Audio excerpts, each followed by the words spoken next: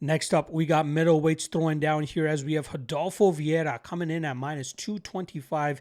He goes up against Eric McConico, who comes in at plus 190.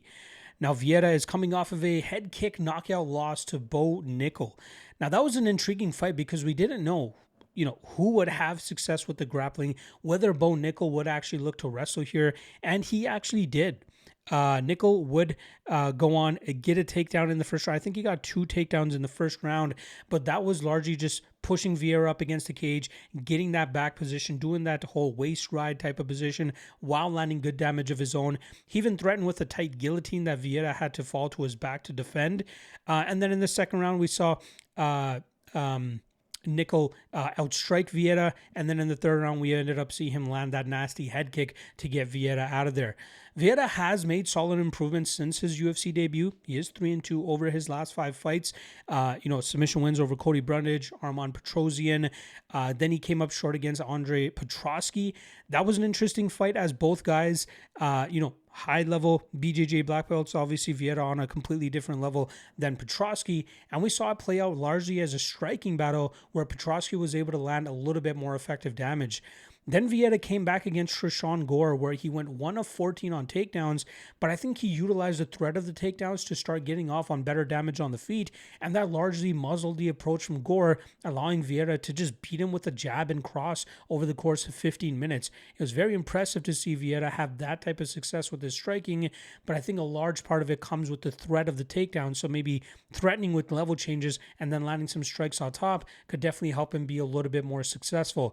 But we know at his best, taking fights to the ground will be his best path to victory, eventually finding submissions against most of his opponents. He's also 36 years old, so we have to kind of temper our expectations about how good of a fighter he's going to be, but I think we've kind of seen his ceiling, and it's enough for him to stick around in the UFC until he decides to hang up the gloves. Now, this weekend, he goes up against Eric McConico, who really fell short in his matchup against Beisinger Sursukayev, getting knocked out in the third round of that matchup. It was his first fight, I believe, that he had a full training camp, but it still didn't end up being enough. He was making it a scrap and definitely didn't make it easy on the minus 800 favorite that night, but he couldn't get over the line and pulling off the upset. He's well-rounded, pushes a decent pace, has a mediocre striking game. When he has enough of a grappling edge over his opponents, we often see him chase that style and really look to smother opponents there. But if he can't dictate the pace, he often comes up short. Even in that pedestrian showing he had against Cody Brundage, it was a split decision. No guy really did too much in that fight to really pull away. And I think that's why McConico ended up getting the win there. You could have flipped a coin that night, and whoever ended up getting the win, I don't think anybody really would have been disappointed.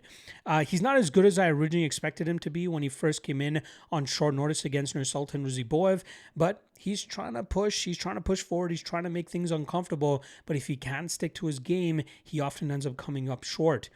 Now, in this matchup, we have seen some solid love come in on McConico, who went from about plus 240, plus 250 down to plus 190.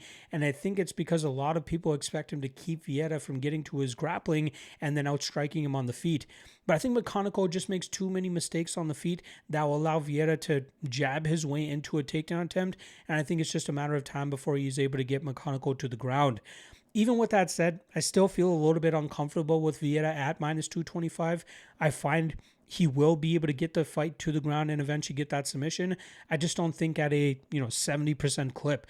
I think the better minute winner will be McConico, but until he makes that mistake, I think he's going to struggle to keep Vieira at bay, and then Vieira will eventually start getting to his grappling, wearing McConico down, and I think that eventually leads to a Vieira submission victory. I'm just hoping that we get a little bit more action on McConico throughout fight week to give us a better line on Vieira, but I'm not going to be holding my breath. I'm fine to pass on that fight if we don't get the number that we want. But again, official prediction will be Rodolfo Vieira by submission.